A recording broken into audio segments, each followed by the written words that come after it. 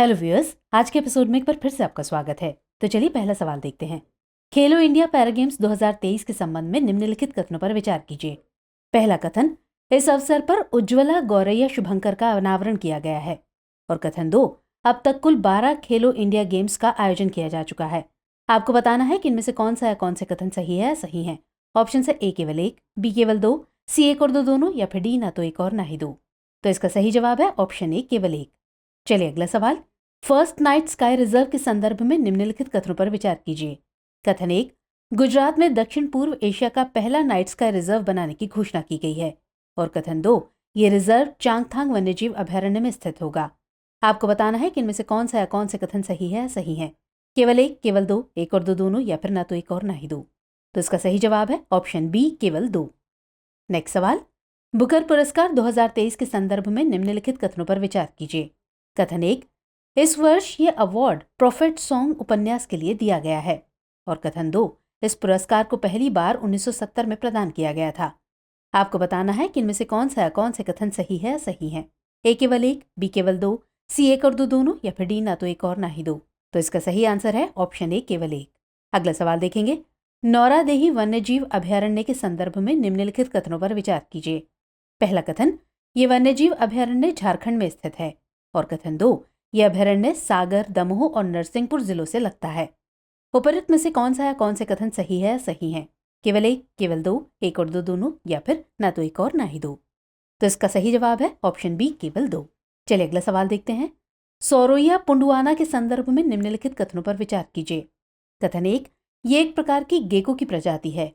और कथन 2, इसे पहली बार मिजोरम में देखा गया। आपको बताना है कि इनमें से कौन सा या कौन से कथन सही है या सही है। ए केवल एक, बी केवल दो, सी एक और दो दोनों, या फिर डी ना तो एक और ना ही दो। तो इसका सही आंसर है ऑप्शन डी ना तो एक और ना ही दो। Next question. सिलक्यारा सुरंग के संदर्भ में निम्नलिखित कथनों पर विचार कीजिए। पहला कथन, ये हिमाचल प्रदेश राज्य में निर्माणाधीन सुरंग है। और कथन 2, ये सुरंग 4 धाम ऑल वेदर रोड परियोजना का हिस्सा है। उपरोक्त में से कौन सा या कौन से कथन सही है। ए केवल एक, बी केवल दो, सी एक और दो दोनों, या फिर डी ना तो एक और ना ही दो। तो आंसर है ऑप्शन ए केवल एक। आगे बढ़ते हैं। वित्त आयोग के संदर्भ में निम्नलिखित कथनों पर विचार कीजिए। पहला कथन, 15वें वित्त आयोग का गठन 2017 में किया गया था।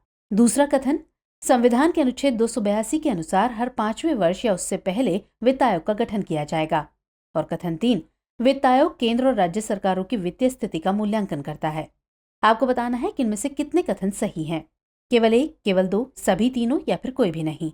तो इसका सही जवाब है ऑप्शन बी केवल दो। चलिए आगे बढ़ते हैं। रासायनिक हथियार निषेध संगठन के संदर्भ में निम्नलिखित कथनों पर विचार कीजिए। पहला कथन, इसमें 193 सदस्य देश शामिल हैं। दूसरा कथन, इसका मुख्यालय नीदरलैंड में स्थित है।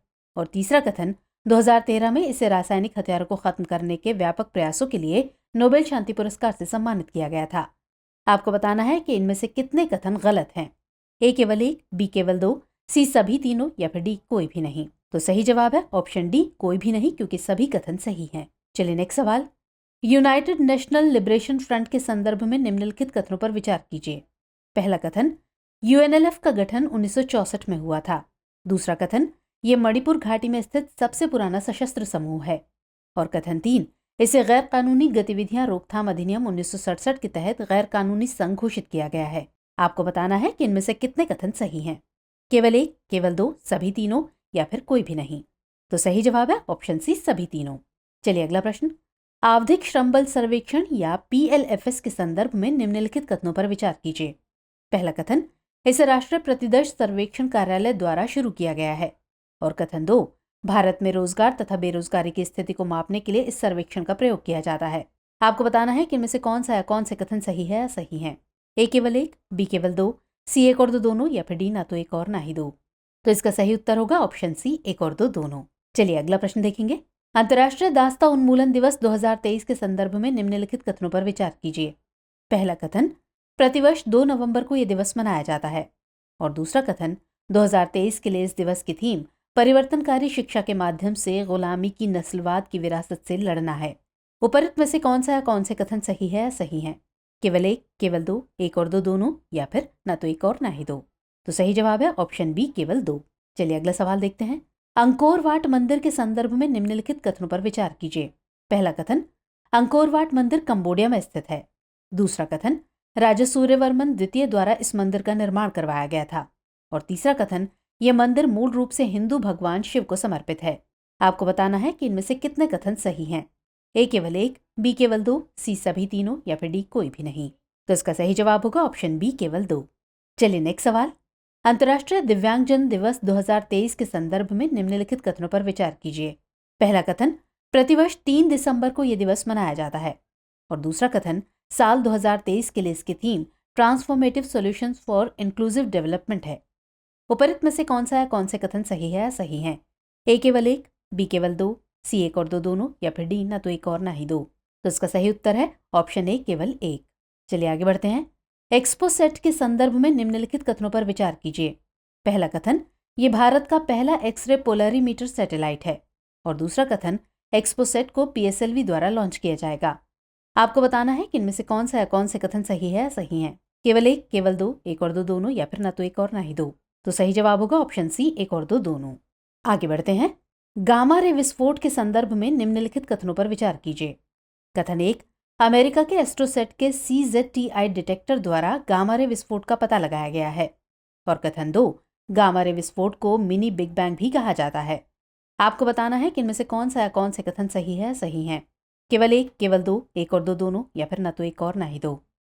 तो इसका सही जवाब होगा ऑप्शन बी केवल दो। चलिए अगला सवाल।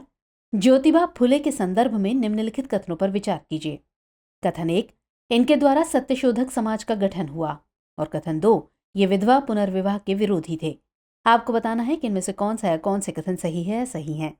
ऑप्शन है ए केवल एक, बी केवल दो, सी एक और दो दोनों या फिर डी ना तो एक और ना ही दो। तो इसका सही उत्तर है ऑप्शन ए केवल एक। नेक्स्ट सवाल देखेंगे। अंतर्राष्ट्रीय एकजुटता दिवस के संदर्भ में निम्नलिखित कथनों पर विचार कीजिए। कथन एक, प्रत्येक वर्ष 29 नवंबर को यह दिवस मनाया जाता है। और कथन दो, इस दिवस का उद्देश्य इजराइल फिलिस्तीनी संघर्ष के शांतिपूर्ण समाधान का समर्थन करना है। उपरोक्त में से कौन सा या कौन से कथन सही है या सही हैं? केवल एक, केवल दो, एक और दो दोनों या फिर ना तो एक और ना ही दो। तो इसका सही उत्तर होगा ऑप्शन सी, एक और दो दोनों। अब अगला और अंतिम प्रश्न। प्रोजेक्ट क्यू स्टार के संदर्भ में निम्नलिखित कथनों पर विचार कीजिए। पहला कथन है, क्यू स्टार एक एल्गोरिदम है जो गणितीय समस्याओं को हल करने में सक्षम है। और कथन दो, प्रोजेक्ट क्यू स्टार को मानवता के लिए खतरा माना जा रहा है। आपको बताना है कि इनमें से कौन सा या कौन से कथन सही है या सही हैं। ऑप्शन है ए केवल एक, बी केवल दो, सी एक और दो दोनों या फिर डी ना तो एक और ना ही दो। तो इसका सही जवाब होगा ऑप्शन सी, एक और दो दोनों। तो व्यूअर्स, आज के एपिसोड में इतना ही। मिलेंगे अगले कार्यक्रम में, तब तक के लिए जय हिंद।